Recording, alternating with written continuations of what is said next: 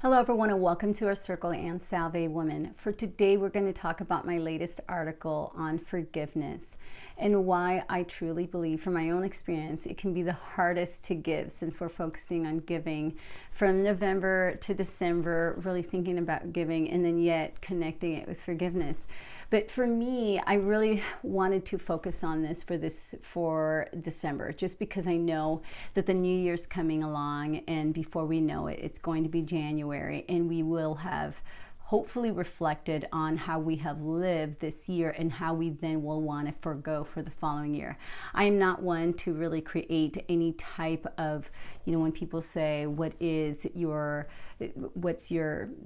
what's the word where you start to make promises and then all of a sudden you're saying to yourself, these are the things that I am going to do, and yet I feel that sometimes we subconsciously create these lists that are very, very difficult for us. When I hit the gym, I see people who have all of these, the word is resolution, and they have like these New Year's resolution, and then it's almost if they are creating that dead end for them, where all of a sudden, if they don't meet their goal, then they feel that they have shamed themselves, that they are discouraged, and that the rest of the year is all of a sudden going downhill because they're not getting to that goal when they set these certain goals. It's great to create goals, absolutely, but I also believe that some of us subconsciously create goals that then hit a dead end, and then you go into that same mindset where you're thinking to yourself, goodness, here I am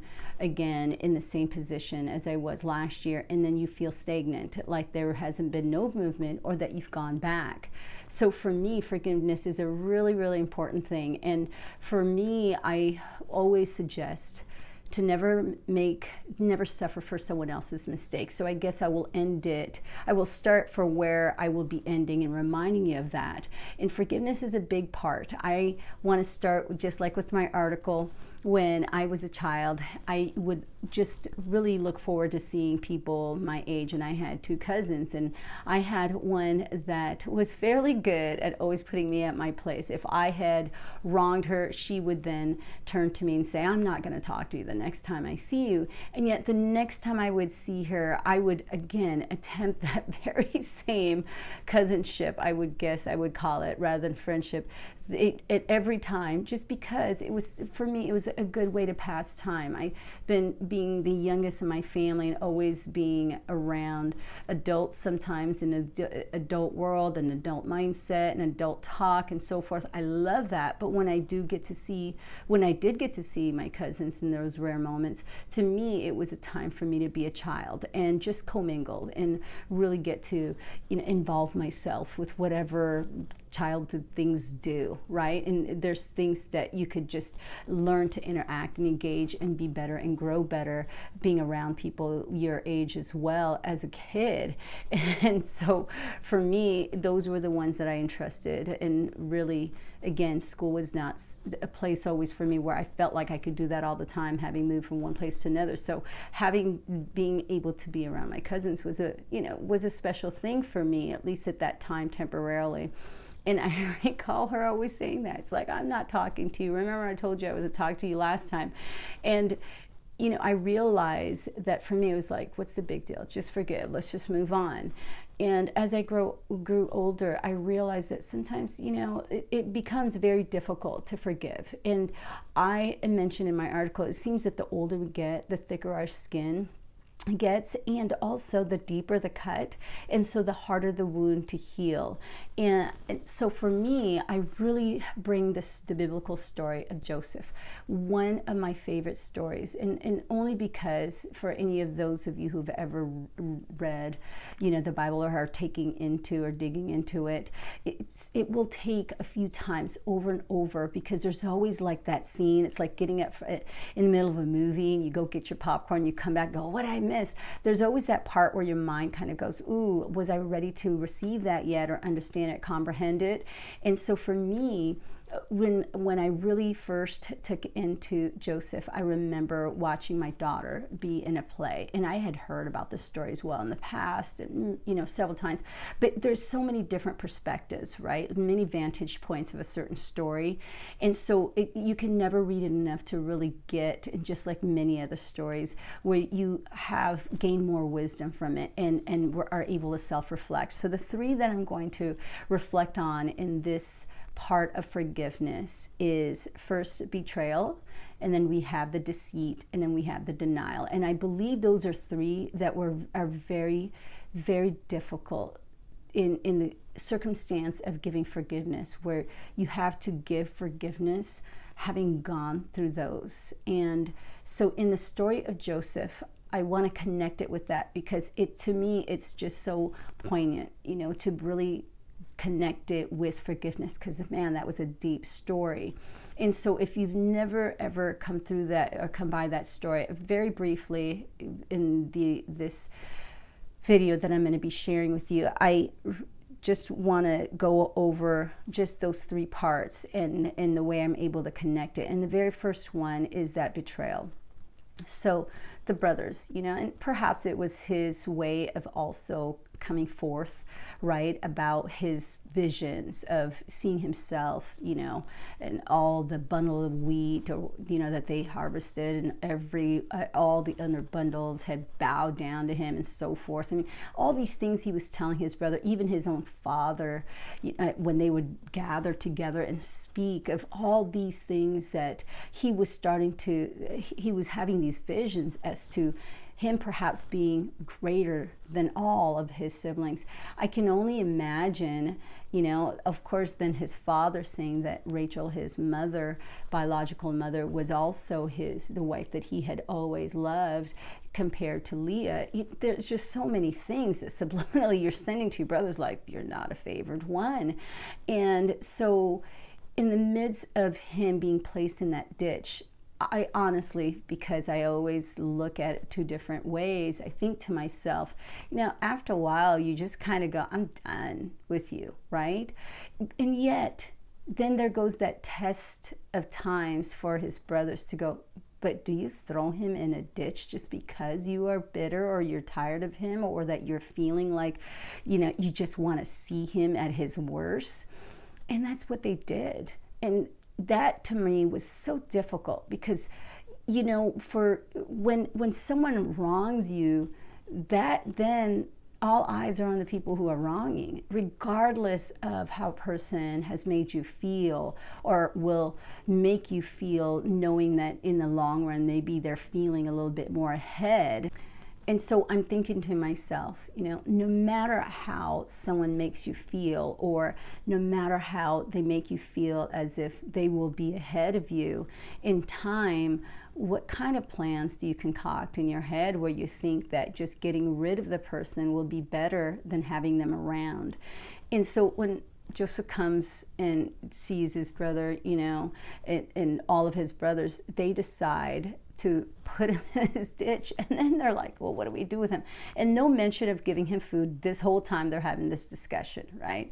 So they go tell his father, and they dip this vivid coat that his father, again, and something where I'm sure caused some bitterness there, where his father had made him this vivid coat of many colors, and I'm assuming it had to be of wool, just something so precious, and many, many different colors. And colors were difficult to find back then, from what I've read. And so you can only imagine, that for them to then say, okay, we're going to dip this in some animal blood, and we're going to give it to our father and tell him that now he has been eaten up by some animals and he is gone. Of course, there's that closure that Isaac was given permission to have by saying that your favorite son that you have deemed to be your favorite, and many more words and actions than one, is now gone. So there's this betrayal that I can only imagine Joseph was in as he sat there in that ditch, thinking to himself, where have my brother gone, and why have I been left here perhaps to die?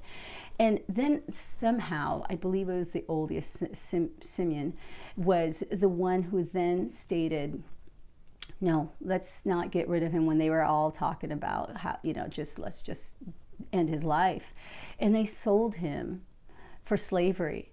But it's the thing is, it's like then they profited from it. It's like not even giving him away, not even thinking to themselves, well, gosh, we would have to feel guilty for taking anything by getting rid of him. And yet, I think it was, what was it, 20 pieces of silver that they ended up taking. I could be wrong there, but again, no matter how much it costs, really understanding that they sold him for profit. And so that was my second part, is that deceit. And I called it sold for profit, as in SOULED, because they sold his soul, like just feeling as if like literally he's gone out of their lives, and they profited by doing that very act of just selling him, getting rid of him, and doing without him, going back home to their father and the youngest brother Benjamin, perhaps, who and just going about life as if they hadn't done nothing wrong. And so to me, going from that betrayal, what was Joseph going through at that point? And then all of a sudden they're digging him out to go sell him to slavery. And then now he's in this moment of thinking, I have not only been betrayed, but now I have been in this state of deceit where obviously they are getting rid of me, and they're acting as if they have done nothing wrong, that there is perhaps nothing, perhaps no apologies, just being rid of, and profiting. Perhaps he's seeing that they're taking money, having sold him. You can only imagine what Joseph was going through. And then lastly, for that part, is that denial, right? Thinking to yourself, when you eventually do get to see your brothers, how many years did they deny the truth, going back to their father and suggesting whatever story that they concocted? Because I can only imagine Joseph didn't know that they had lied and said that he had actually just been eaten up by some animals. And for him to have to go through so many years and having to think through that bitterness that just grows inside of you, of thinking, what have my brothers done? Why have they done this to me? And now how are they acting after? Do they feel any remorse? Do they feel any hurt? Do they feel any form of redemption, wanting to have some form of just redemption, of knowing that they have done this to me? How can they then now redeem their goodness out of all of this darkness that they have caused? All of that had to have grown in him throughout all that time. And yes, good things happen, but he went through stages, excuse me. And you have to imagine that in those stages, even though good things were happening, Potiphar, puts him as overseer of his home, and yet Potiphar's wife comes on to him, and he's trying to do the right thing, obviously feeling that he owes a lot to Potiphar, and denying the wife. Then all of a sudden he is framed, and then he is imprisoned, out of the love and respect for the wife. I'm sure Potiphar had felt like he had no choice, perhaps just having cared a lot for and respected Joseph as well, and yet feeling like he had to honor his wife and whatever his wife told him. He puts him in jail, and yes, he continues to have these visions, but what I think some people fail to maybe understand is he was in prison for some time, and yes, out of good behavior, he was starting to be in charge, and again, continue to be this good person. And yet, as he reminds the cupbearer, right? He reminds him to, hey, can you please remind the Pharaoh of what I've done here? It was many years. Imagine, again, that gratitude that you could have given someone for having this vision that, yeah, you're going to be set free. The baker is going to be gone, but you're going to be set free. And yet you forget. And it's many years later. And so he's sitting in prison all this time, and then he's finally free. And then when he does get free, then yes, the fate became this enlightened piece of his life, where he then became overseer of Egypt for all of the rations of food and so forth.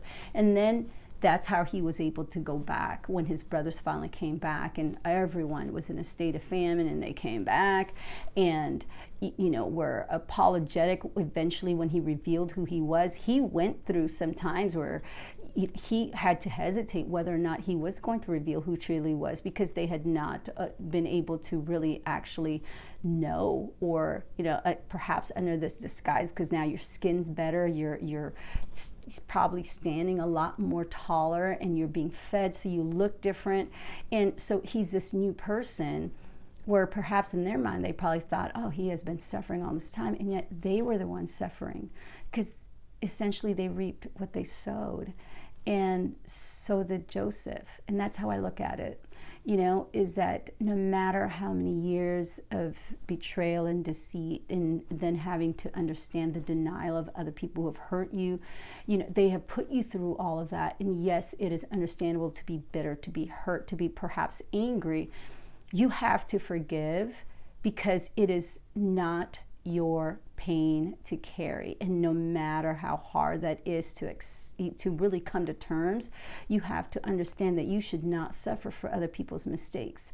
And having that experience, throughout time, from the child all the way to adulthood, and many, of course, cuts got deeper, you have to tell yourself, like, hold on, I have to still continue to be good for my sake. I still have to continue to do goodness for my sake. Why would I allow anybody else to put their darkness onto me? That would only make them win. Enable for me to be victorious, I have to make sure that I continue on doing the right, being the right, and staying on the right.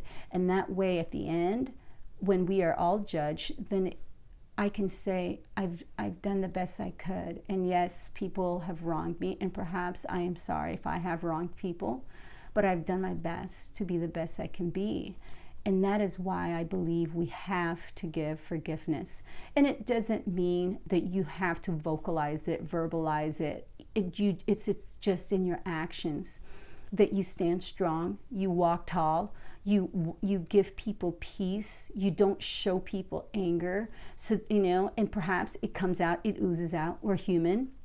But then know in your heart that you have let go, that you have not only taken physically your body out of that ditch, whether it was you that took you out, or that you got help being taken out or so, but that somehow you escaped that ditch. It doesn't mean that you had to leave your heart and your mind and your spirit behind. And I truly believe that sometimes we forget that just because our body has moved on, somehow we're still left behind there with our heart, our mind, and spirit, and not being able to let go. We're still holding on to all of that bitterness, to all of that hurt. And yet, it is not your pain to carry. It is theirs. Whoever has wronged you, let them be the ones to think through and reflect on their actions. And as you continue to be victorious, as you continue to be in your light, and as you continue to glow and share your light amongst others, they will know that they are the ones who are left in darkness. And whether it was they that physically put you there, it's essentially them that will still be left behind in there. Because it's in their memory of what they've done, it's in their actions of what they've done, that they will have to then face. In seeing that you have continued to be victorious, in seeing that you have forgiven them, that is big. Because for them to know that you have empowered yourself through their actions, then that means that whatever energy they gave you, you turned it in for the right. And that's my message for today, because I know that we're going into these moments where we have to contemplate on whether or not we do forgive. And again, not for them, but for you, because you have things to do. You have things to conquer, and you should not hold anybody else's baggage that they're trying to throw on you. You've got your life, and you've got so much more in you to give to your life and to inspire others. Don't hold back. Just keep moving on. Keep moving forward, no matter what. What doesn't kill you will only make you stronger. So in the words of my mother, God bless us all. We will see you next time. Thank you so much for the time that you give me. I appreciate you. And again, we'll wait to see what we have the next time I write. Have a good one, everyone. Thank you.